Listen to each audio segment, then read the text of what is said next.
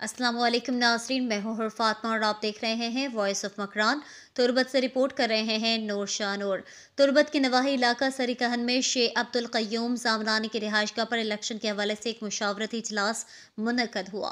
मुशावरती इजलास में आफसर बंडे बाजार से अब्दुल अजीज़, आफसर सलाला से मीर हैदर, आफसर बंडे बाजार से अब्दुल वहाब, अख्तर अली मछली मार्केट से नासिर अली, घना से अब्दुल वहीद, आस्कानी बाजार से मुजाहिद हुसैन, चलो सरीकहन से अब्दुल वाहिद, कहदा शेहक के अलावा दीगर हम ख्याल दोस्तों ने शिरकत की।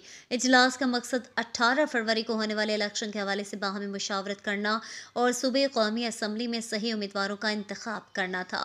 इजलास के दौरान शेख अब्दुल क़य्यूम ज़ामरानी ने खिताब करते हुए कहा कि हमारे हल्के से इस मरतबा कई उम्मीदवार मद्दे मुकाबिल हैं।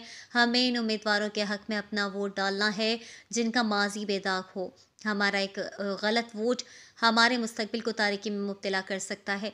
माजी में जो गलत फैसले हमने किए हैं इनको अब मज़ीद दोहराने की गुंजाइश नहीं है। हम अपना कीमती वोट इन उम्मीदवारों के हक में देंगे जो हमारे रोशन मुस्तकबिल के ज़ामिन हो।